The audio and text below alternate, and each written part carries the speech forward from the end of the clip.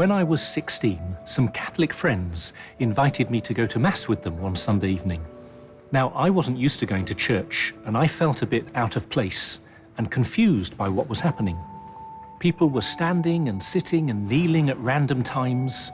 The prayers didn't mean anything to me, and no one seemed very interested in me being there. But there was a moment in the middle of the service when I saw the priest hold up a white disc above the altar.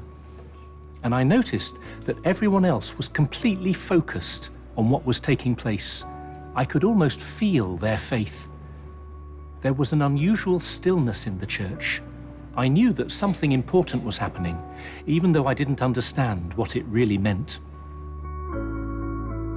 The celebration of the Eucharist is the very center of Christian worship. Catholics in the Western tradition often call it the Mass, and the Eastern churches speak about the divine liturgy. People come together as a Christian family at their local church. There is something very simple and natural about this. We belong to each other. No one can live their faith alone. But the Mass is far more than just a community gathering or a prayer service. It connects us with the Last Supper. It unites us with Jesus Christ and with his eternal offering to the Father in the power of the Holy Spirit. It makes us one with the prayer of the whole Church, with Christian communities around the world, with those who have died, with the angels and with the saints, with the worship of heaven. And at the end of Mass, we are sent out on mission to serve others and to share the good news of salvation, because this incredible gift is not just for ourselves. Some people worry that the Mass is a medieval invention that takes us away from the simplicity of early Christian worship. This couldn't be further from the truth.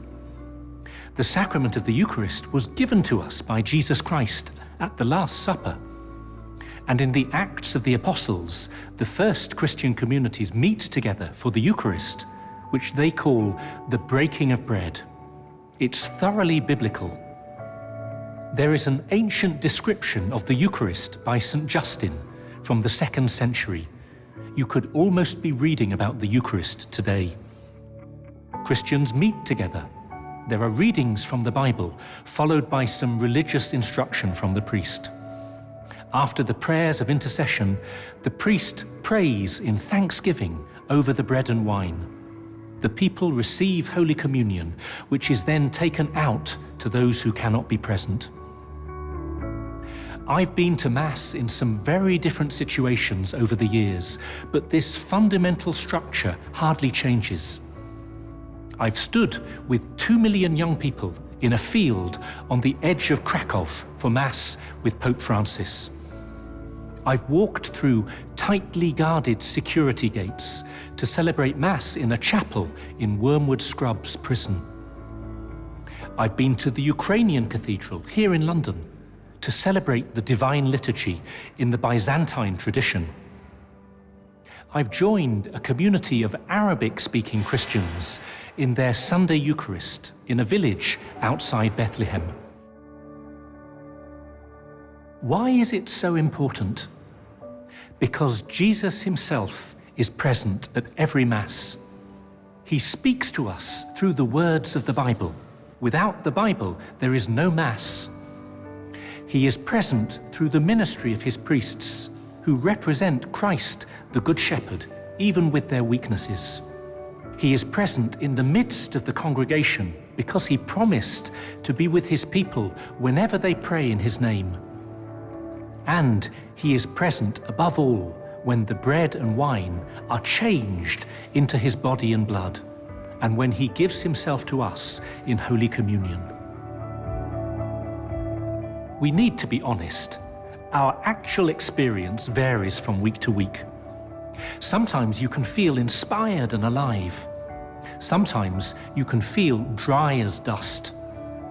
Sometimes the art and the architecture and the music and the preaching can lift your spirits almost to heaven. And sometimes, well, not always. But the deepest reality of the Mass is always the same. That's the challenge, to appreciate this reality, this beauty, more and more, to put the Mass at the centre of our lives. There are places in the world today where Christians risk their lives by going to Mass, or where they have to walk 1, 2, 3, 4 hours to get to the church every Sunday. The question is, if I were in their shoes, would I do the same?